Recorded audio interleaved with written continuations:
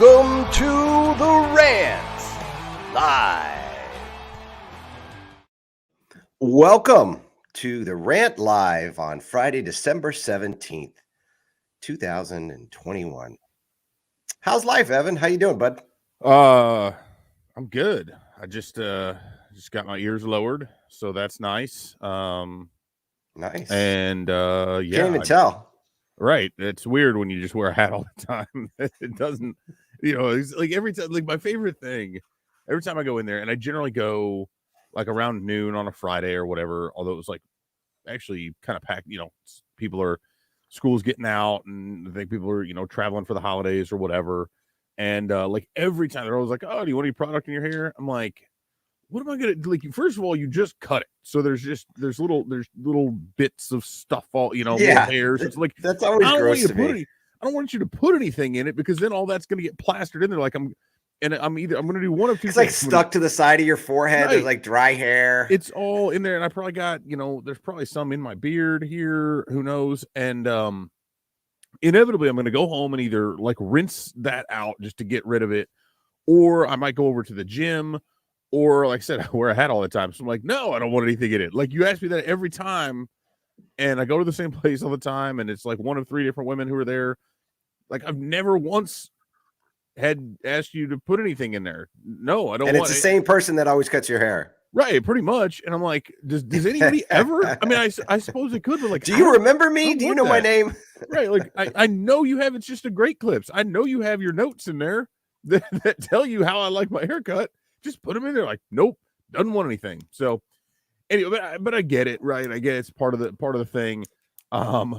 But yeah, I remember those days. I used to get my hair cut, but now I just cut it myself. I mean, I know you can't tell because it's done so professionally. It's yeah, you have like one of those head blades, that you can just. Yeah, was it the Flowbee? Isn't that what it used to be? the Flowbee with the vacuum attached to it, so yeah. You're supposed to get rid of all the flyaway hairs. I think that's for people that actually have like hair that's combable. Yeah, that's true. Me, I've been doing this for over 10 years, man. It's like once you start shaving your head. I never really liked it, and I'm not necessarily bald. I guess it looks like I'm kind of a little whatever, widow's peak or whatever. I just never liked doing my hair in the first place. Like the whole process, like, back in the day when I woke up for a real job, it was just such a pain in the butt every single day. And then every once in a while you get to work and you've got like this random hair that's just out of place, and you're messing with it all day long. And see, I don't have to deal with that anymore. Well, and especially like I'm on the phone a lot for my job. Of course, now it doesn't really matter as much because I have to use my actual cell phone. I'm not on a work phone. But you have the hands-free headset or whatever. And so I was like, well, I wouldn't put anything in my hair because I'd have to put a headset on anyway. Or like with this, even I've got this. So now I'm going to have a dent in my head if I do something with. So it's rare is the occasion when I actually do anything with my hair, right? Which is, I guess I could go that same route, but I don't look good bald. It's not a good look for me. Although it'd probably be intimidating. You could. Have you ever done it? I have. Yeah, I've done it. Okay, I've done it, and I don't like it. It's not a good look for me. It. Like you weren't getting looks from the local girls at the grocery shop. I was not much of a thirst trap when I had my short hair. So not that I am now. I'm not indicating that that's a big difference from now. But yeah, it would actually I would dry up entire lakes at this point if I rolled with that. But yeah. Let me ask you while we're talking about our heads, what's that hat you got on there? This is the Indiana Smoke. So this is our travel team, my son's travel team. Okay, nice, cool. So we went that route, which I may regret later because it probably will have. I did try to rinse out my hair, but this may have some of the little bits, and so I'll be itchy for a while here. So, hey, look at this. Straight. Here, I'll show this to everybody. I don't know if everybody can see this, but that's a baby. That's my niece, Callie. She was just born this morning. Congratulations. So, yeah. I did a lot of work. Yeah, I'm sure you did. You got a lot more work ahead of you in the future as an uncle. Real difficult. Well, it's my brother. So I'm the oldest. My brother is a couple years younger than me, but he has a 16-year-old and a 14-year-old, and now they just had a baby. So, and it was planned. So good for them. Well, that's always good. It's always a positive. Well, it's kind of like that. You hear about that every once in a while. Like there's an oops baby that came along a little while later, but this one was like they planned it out. So I was like, good for you. And then my wife's like, don't get any ideas. We're not having another kid. And I was like, no shit. Like I don't sleep enough now as it is. You know what I mean? So I saw Elon Musk had commented, I don't know, a couple weeks ago that people need to be having more kids. I think there's this notion that the world is overpopulated, but he's saying that I read a little bit of it. It was something along the lines of, with these higher infertility rates, essentially we're going to end up being extinct, because we need to so work to speak, because we're going to get to a point where you're just not going to have fertility. You're not going to be able to have enough. You don't have enough. I don't understand the whole concept. I mean, I get infertility rates are increasing and things like that, but the world population is still growing, peeps. Yeah, like I don't think we're at any risk of that happening. But if we don't Definitely not in our lifetime. If we don't control some of the other things that are going on, it's not going to meet a hill of beans. Like, what kind of world do you want to bring these people into? Like, we're talking about a long time. But and I don't know. I haven't looked into it enough to speak about it. But is it so much that fertility rates are dropping, or is it simply that? I mean, a lot of people are just choosing not to have children at all. Yeah, or not to have as many. So it's and I get certain things change, but it's like it's not as if all of a sudden like we're gonna wake up in 10 years and people aren't gonna be able to have babies anymore. You know what I mean? Like that's not. Like I don't think that's an issue. It's just we just don't have the farms and the Irish Catholic families with pumping out 12 kids apiece. And then going to the family reunion and you don't know who anybody is, even though you're first cousin, because there's too damn many of them, and you're all 15 years older than the next crop. I don't know. This is a baseball podcast, though, right? Or video? It is. But I mean, you know what? What the hell? It's a Friday. It's a lockout. Yeah, well, that's right. Oh, never mind. We talk about whatever we want. Yeah, fertility rates are just about as germane to the conversation as anything else, since there is actually no baseball right now. There is no baseball. I suppose we can transition to baseball. I did want to mention that I started to watch Ready Player One. I've never seen that. Oh, yeah. I haven't watched the whole thing, but I do. And that does feel very futurish. It does feel very like a possible future. That's more and more. That was a fun one. My son and I went to see that in the theater. I don't think we saw it 3D. I can't remember. But it's cool because it's got all the throwback pop culture stuff. It's very, very 80s heavy. So just tons of Easter eggs, with all the different characters and everything. It's a really fun one. My son loves it.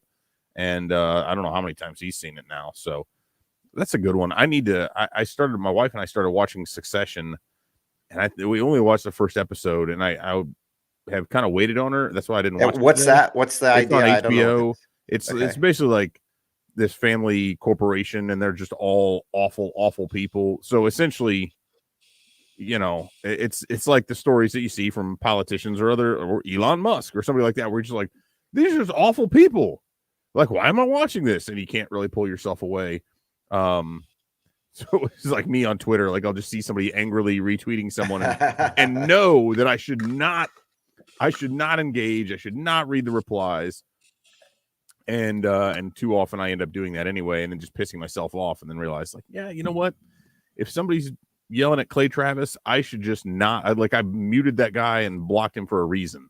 I do not want to see his idiotic takes, so I should just avoid seeing those takes, because there's a reason I blocked that stuff away in the first place. But rarely do I actually. It's logical. Yeah, but generally I will end up following the rabbit trail for a while, but I stopped myself after a few replies earlier. So that's good. You're showing restraint. Yeah, it's a good time. That's awesome. Okay, well, I suppose we can transition into baseball if we have to.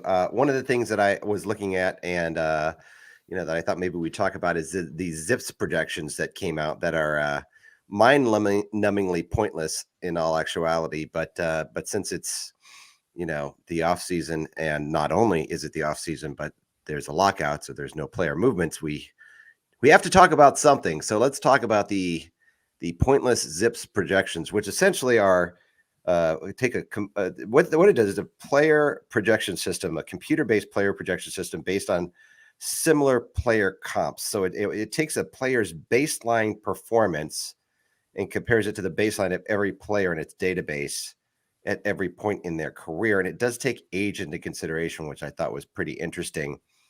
Did you get a chance to look at that? I know I sent you a link to that. I didn't know if you Yeah, had I a mean, I chance had to look at seen it. him. I had seen him earlier. And I didn't dive in all that far, but It's not really worthwhile exercise.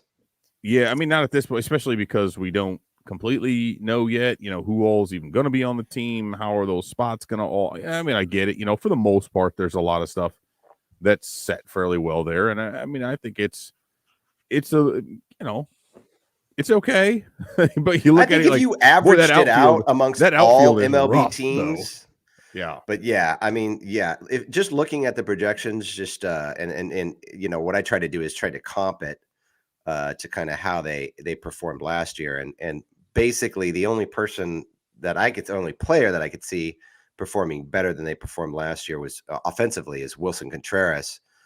Um, and he's still not projected to really perform that well at a 2.6 WAR. I guess for him, I don't know. I'd have to look for him. I'd have to look at him over his career, but I think probably 2.6 WARs.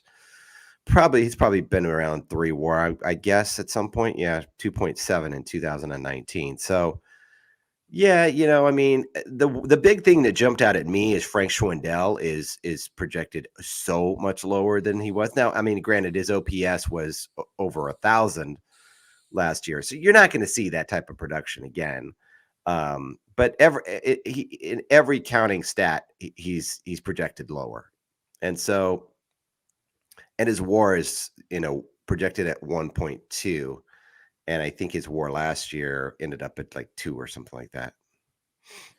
yeah, and I mean, I'm looking at kind of the projected stats and everything, and seeing that, and it is. I mean, it's nice to see Ian Happ at like 25 homers. That's a nice little total there. I'm a little bit. It's interesting, and I kind of look at this and I think, I don't know how accurate. I mean, Patrick Wisdom only getting 431 plate appearances seems a little bit low there, especially knowing that David Bodie's out till at least June. Yeah. But I know and Bodie's in here with 359 plate appearances, right? So there's some things like that where I'm like, all right, he's going to be out for at least half the season, and he's still getting more than half a season's worth of plate appearances. Like, that seems a bit odd, and again, well, and I how know does that Yan there's only so much you can put Gomes in there. get? So. How does Yan Gomez get 352 plate appearances when Wilson Contreras has 460?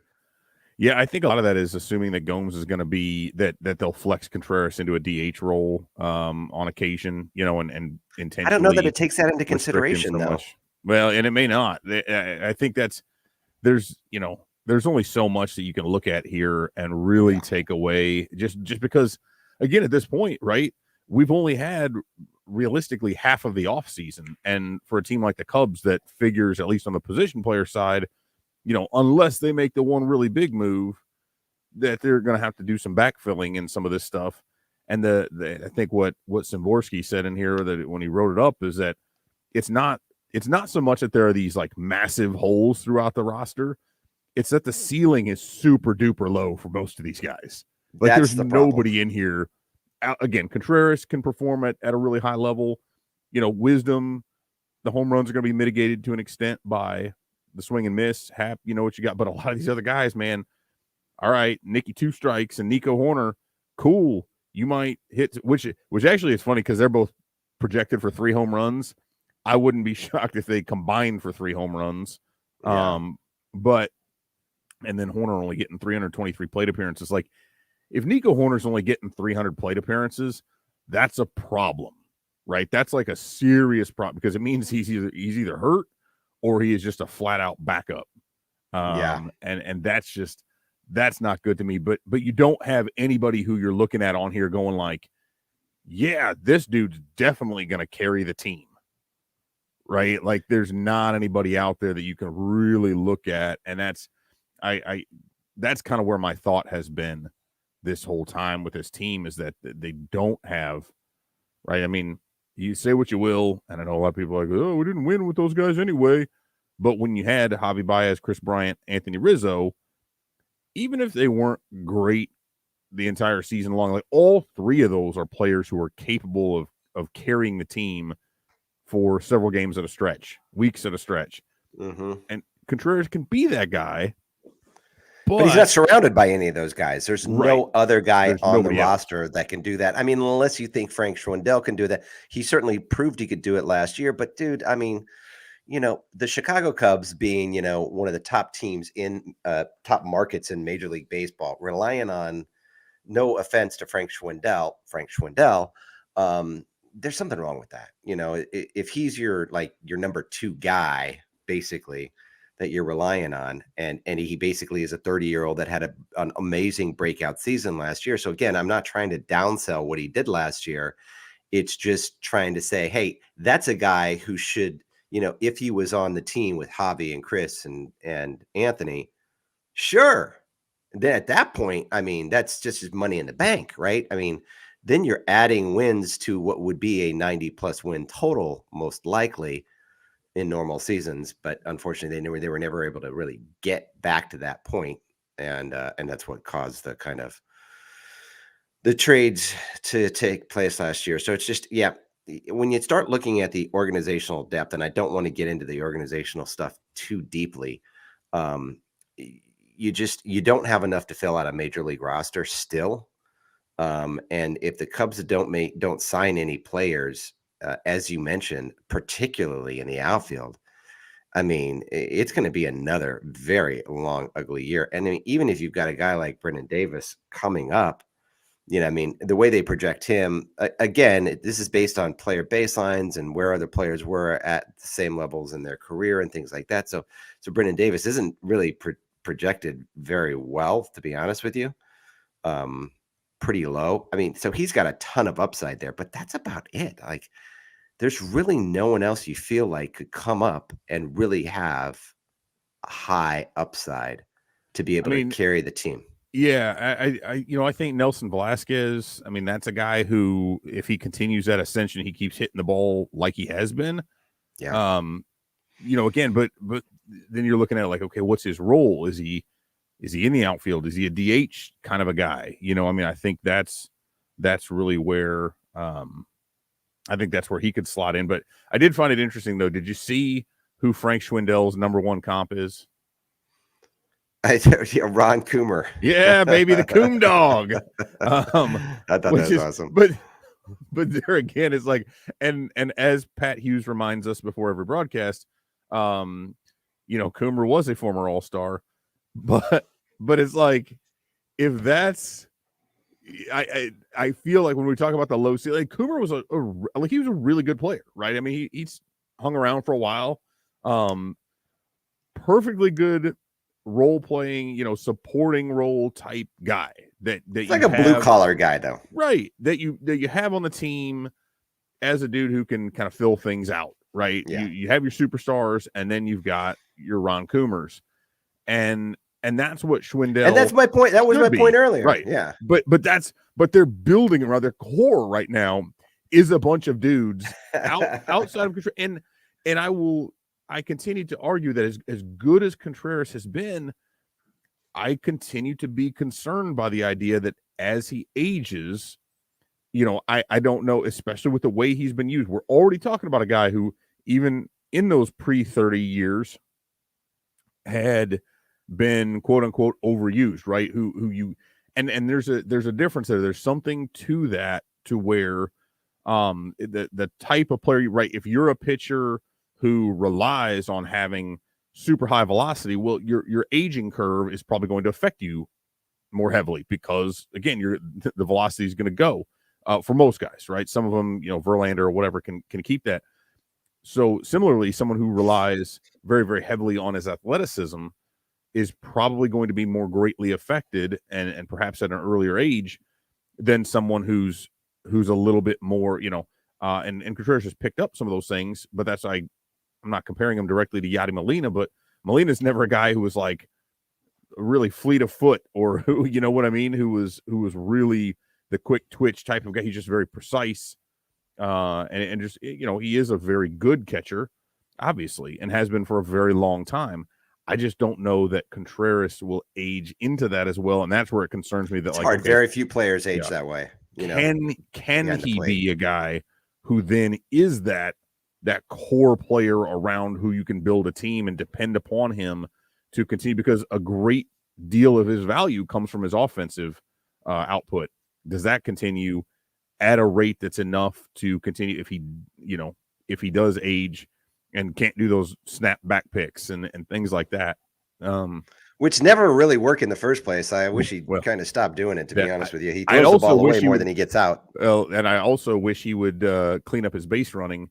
As good as he is, there's certain things. It was like, dude, you're not Javi, right? So you can't get away with that. Like Don't try there's a lot of toot bland action going on there. It's like, don't let's not stretch this one. You know what I mean? You're not Chris Bryant out there. We don't need you going first to third every time somebody hits a single. Do it when you can. But again, hamstring injuries we've seen. I'm not, by no means do I dislike him or do I think he's a bad player. I don't want that. Oh yeah, you do. Facebook, Facebook will judge that. Yes, well, that's true. I just am not as high on him. Certainly, if we're talking about the people try to comp like the JT Real Muto deal. And if Contreras' camp is truly looking for that, and that's what they want, and that's a take it or leave it kind of a thing from their end, there's no way in hell, because I think that's what was like 5 years, 115 million. I think it was Real Muto's somewhere in there, but he was a couple years younger than Contreras at the time and a better overall catcher, period. I don't know what that deal looks like. You know what I mean? And I don't know that he's going to be willing to do like 4 years, 64 million. I think he's going to want a lot more than that. And I don't know that the Cubs would be willing to really extend too much farther past that in either years or money. Well, and the problem with that from Contreras' perspective is that if you sign a deal like that, you're saying to yourself, I can't get a better deal on the open market, and you're setting yourself up to be traded. So there's no way to me that if I'm Wilson Contreras, I would sign a 4 year, $60-some million deal. You'd be better off going into free agency. Just taking a shot at it, right? I mean, unless you get a no trade. Although there are some things we've seen in it, and it's funny because when Jed Hoyer said, I think our extension offers, whether or not they were really real, they were real money. Whether or not they were actual offers or hypothetical conversations in some cases, we don't really know. We talked about and I mean, he said they would stand up well. Now, part of the reason they're going to stand up well is because, like in Anthony Rizzo's case, like he never bounced back, right? Like Rizzo's had a couple of really disappointing, and disappointing for him, for somebody who was so exceedingly consistent, particularly at the plate, right? And then that sort of faded off there and didn't really, outside of a really hot stretch there at the beginning with the Yankees, it certainly didn't pull the Kyle Schwarber, right, and increase his value a whole lot. And now people are starting to look at this like, oh man, boy, it looks like with the back stuff and everything else, I mean, I would be shocked if Rizzo got more than 2 years from anybody at this point. But that goes back to, I think there's that, to me, his tie-in with the Cubs and with the Chicago community and especially the Lurie Children's Hospital and all that, I thought was of greater value. And that's where I would come at it from a Cubs perspective. And that's where I thought, hey, he's going to get more money from them than he will elsewhere because of that additional cachet. But now, and I think I mentioned it on here, I know I wrote about it back in March. I mean, I'd had somebody tell me back earlier in the year, don't be surprised if he ends up in Miami, if he closes out, because he can be close to home, be with the Marlins. They have a little bit of money to throw around, it seems like, and that might be something that makes sense. So I mean, I could see something like that playing out, because that guy seems like he aged, and you see that with players sometimes. It just felt like he aged really, really quickly over the last 2 years and just kind of fell off from that.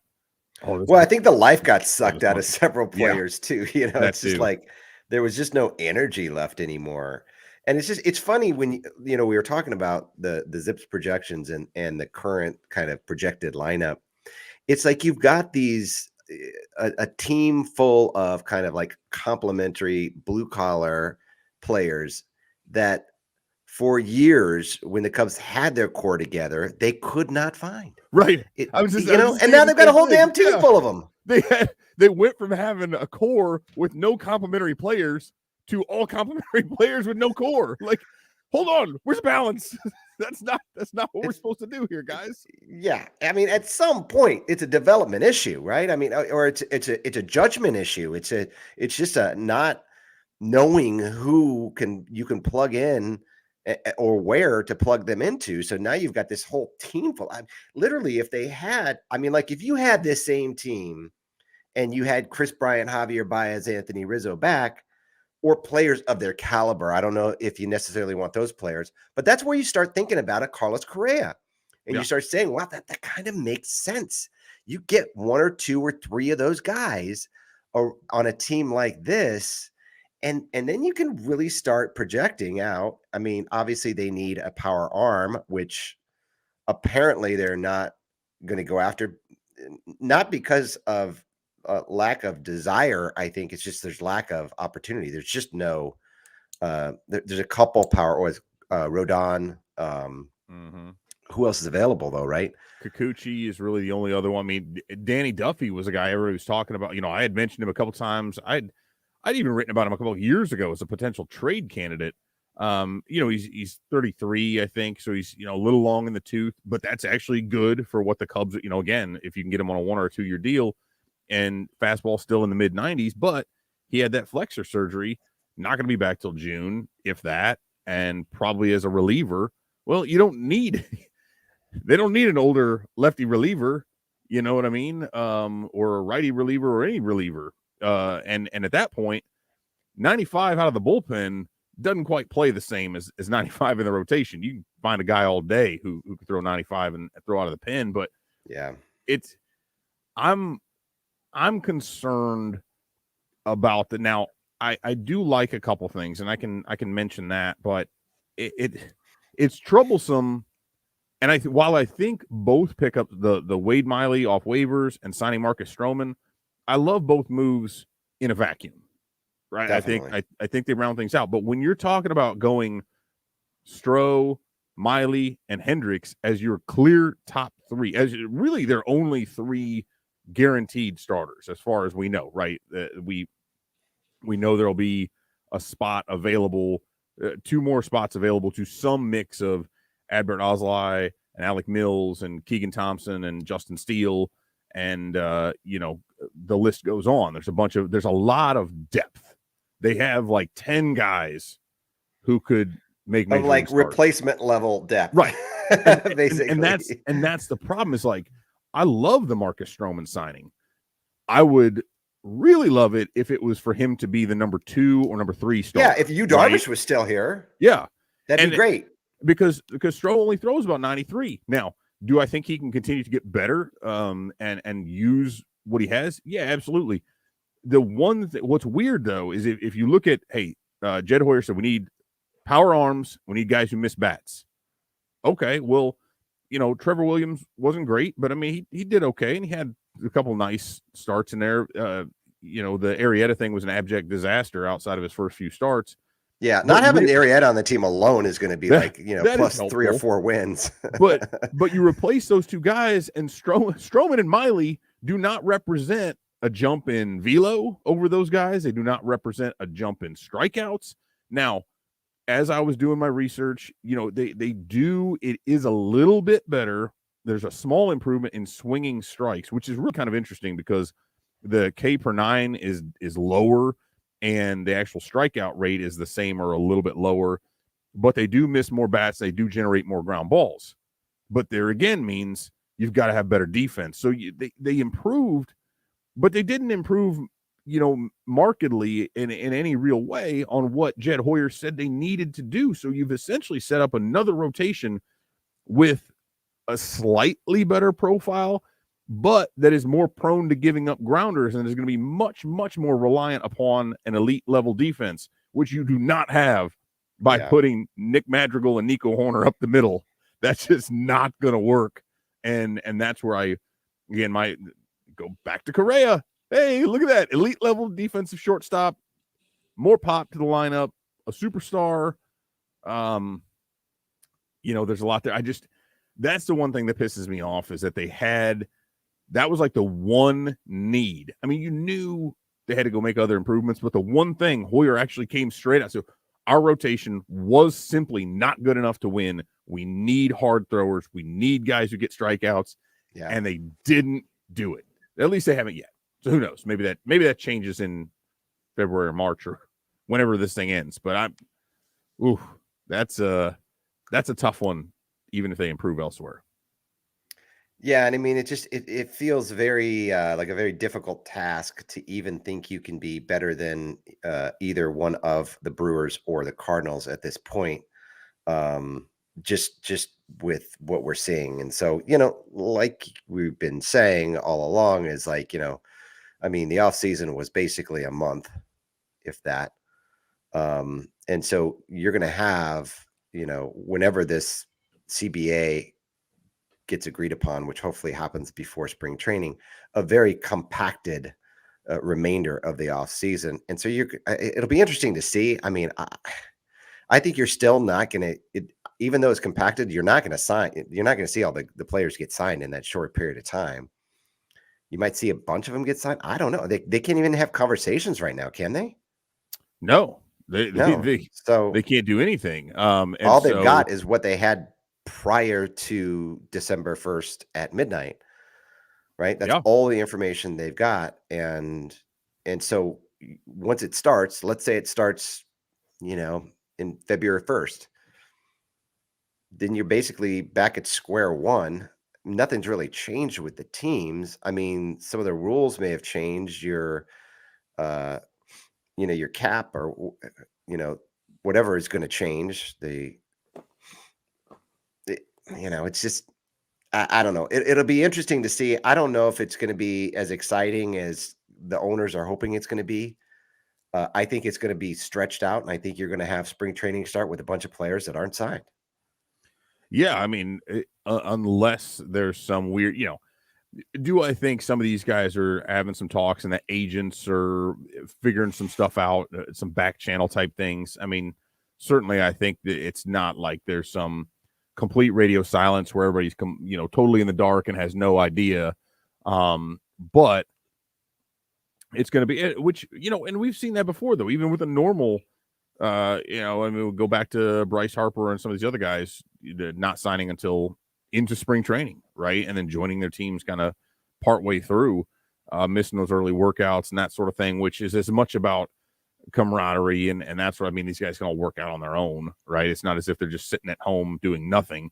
Or you can be Craig Kimbrell, right? And clearly doing way too many squats to the point that that's all you're doing. And I know he's throwing, but it's just like if all you're doing is throwing to a cardboard cutout and doing squats, but you're not a part of a team, you're not in a regular rhythm. Like you can simulate all you want what the game action is, but that's very, very different from entering out of the bullpen to a packed house in the middle of June. So I was at that game. I was at his first appearance. Were you there with me, or was it just me? I was not. No. Okay. But I'm concerned for how it all comes together. Although, and I keep saying this, man, I really think not all of them, but I guess let me go back to this. So a few people got a little bit concerned the other day when the report came out, like, hey, they're not going to discuss financial stuff until January. Well, that's not surprising in the least, and really it shouldn't be. It was a little bit weird, when Hap said that like they haven't even provided an economic proposal. That was a little bit weird. But when you do these negotiations like this, they save the worst stuff for last. They're not trying to knock that stuff out because it's going to drag out, right? They want to get some momentum going. You want to talk about, like, there's a bunch of things. This CBA isn't just about, is there a DH? What's the salary cap, or the luxury tax, all this stuff. There are so many things that are built into this that are essentially going to be unchanged from the past. So they can roll through those and ratify a bunch of the main the bulk of the actual agreement and kind of go through it and work through those things, and then they'll turn their attention to the big stuff that needs to get finished up, because there's no reason to let that drag everything else out. And once they do it, I don't know. I've seen some of the players' proposals, and they don't seem out of line at all. But then the owners don't want to do anything that would reduce the amount of control teams have. And I'm like, that whole 29.5 thing is just not going to fly unless it's got, just like a salary cap won't fly unless it's very, very high and has a significant salary floor built into it, right? There's different things that you have to give and take. But, yeah, inside of that, I mean, unless there's like some kind of massive change, though, I think most of the big names are going to sign pretty quick, and people get moving on them. But I could be wrong. Yeah, it'll be interesting to see how it plays out. But perhaps flying under the radar was the Cubs signing of Mark Leiter Jr., Al Leiter's nephew, And to Mark a minor Leiter's league son. deal, and Mark Leiter's son. And so, I mean, that's really nothing more than just kind of a typical signing that you'd see the Cubs make in any real season. The only thing is that it happens to be a little bit more impactful this season because the Cubs don't have they can't do any major league deals. Hey, they said, and they've added a few guys. And it's, I'm not gonna go look at it. I'm sure the Facebook comments are like, oh, this guy sucks. Oh, the Cubs being cheap. It's like, well, you can't. First of all, they didn't sign this guy to be part of the major league rotation. Second, they can't do any major league. Well, maybe we'll see there. We'll see him in Chicago. I'm pretty sure about that. That is entirely possible. I just had to stifle a yawn there as I was talking, but that is entirely possible. But they've got, Steven Gonsalves and this Connor. What's the guy's last name? Anyway, that they picked up in the minor league Rule 5, and like these guys all are a little bit interesting, like interesting enough that I don't think they want to lean on them, but I do like Leiter is an interesting case because he missed all of 19 with I think he had Tommy John, and then he missed 20 because of the COVID year. He was in the minors, so he had gotten cups of coffee with like the Phillies and the Blue Jays, I think, 17 and 18, then missed 2 whole seasons. Then came back last year and was with the Detroit organization. It was really good. Like he pitched really, really well in AAA, and I was shocked when I looked at the numbers and his late performance. Like, how does this guy not get called up by a crappy team? Like if you're doing this, like why would they not try to do something here? I know he really railroaded the Iowa Cubs, like 14 strikeouts, something like that, in 7 innings, and 4 hits, no runs. So I think the Cubs probably saw this guy and was like, all right, maybe he's got a little something. And but these moves are all just to build up depth in the system. Again, that's what I say. If you look at their pitching staff as a whole, organizationally, at least, from AA on up, guys who could conceivably help out in Chicago at some point, I like the depth. I like that there's some potential there. I just don't feel, it feels like a bunch of guys who are like, there's no number ones right now. There's a bunch of 2 through 5s. It's kind of like what we were saying with the on the offensive side, right? It's just like it feels like you've got a bunch of role players, like a bunch of guys you can plug in if you had like just a couple really solid players around them, but you're missing those solid players. It's like if you could combine this roster with the roster at the beginning of last year, including you, Darvish, you'd have a solid team. I mean, you'd have like a World Series contending team for sure. Yeah, because you have the ace. I mean, think about if you could roll out you, Darvish, Marcus Stroman, Kyle Hendricks, Wade Miley, and then take your pick of whoever the last one is. Okay, like Alzolay. Yeah, that's a damn good rotation. And then you've got plenty of guys behind that. So now you're talking about Mills and Steele and Thompson and the other guys out of the bullpen. So you've got plenty of swingmen, plenty of depth there. You take the sheriff. You got the sheriff in the pen. You got Chris Bryant and then Patrick Wisdom can play a few spots. You've got all these guys all over the place. Oh, my light went out again. You've got plenty of players who can move all over the place. You've added contact. You've got power. Now, obviously, we're pipe dreaming here, but that's the whole point. That's the whole thing. Is like they just never did that. You start looking at it like you could have done this. Like it could have happened. Think about how much money they've got left. They could get another pitcher. They won't. I mean, and I don't think a pitcher is out there right now who fits it. That's why they've got to start developing some of these guys. Boy, it would be nice to have an ace or even a 2 or a 3 who you've brought up through your system. But that's the biggest problem is that not only is there not, one of those top tier players or several of those top tier players on the Cubs starting pitching staff and on their offensive side, but there's none really in the entire system that you can really identify right now. There are a lot of really young 18, 19-year-old guys in the system that could turn into that. But right now, I mean, there's no surefire, that's the guy that's going to turn into that. Christian Hernandez, maybe. I mean, I think Owen Casey is a guy who a lot of people talk about. Sure. James Triantos, who looks like a stud, but these guys are 18, 19 years old. And so who knows what happens. And now I will say, Caleb Killian is a guy who I think the upside is legit. Very, very legit. The issue that I have there, the thing that scares me a little bit is, can he be deceptive enough and we are talking about a dude who's got upper 90s stuff, right? I mean, he's hitting 97, 98. The curveball's coming along. He's got that.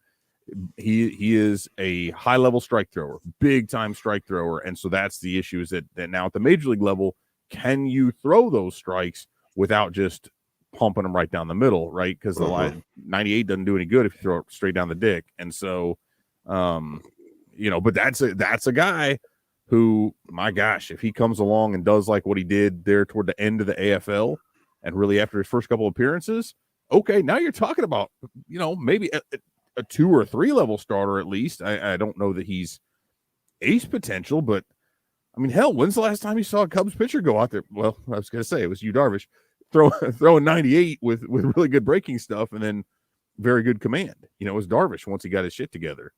And is Killian that? I don't know, but it's exciting to note that there's potential there for the Cubs to promote a guy out of their minors who they did get in a trade. That was the Bryant trade. Yep. I hate that they traded Chris Bryant, but my gosh, if Caleb Killian becomes a dude, whoo. I hear Chris Bryant's a free agent.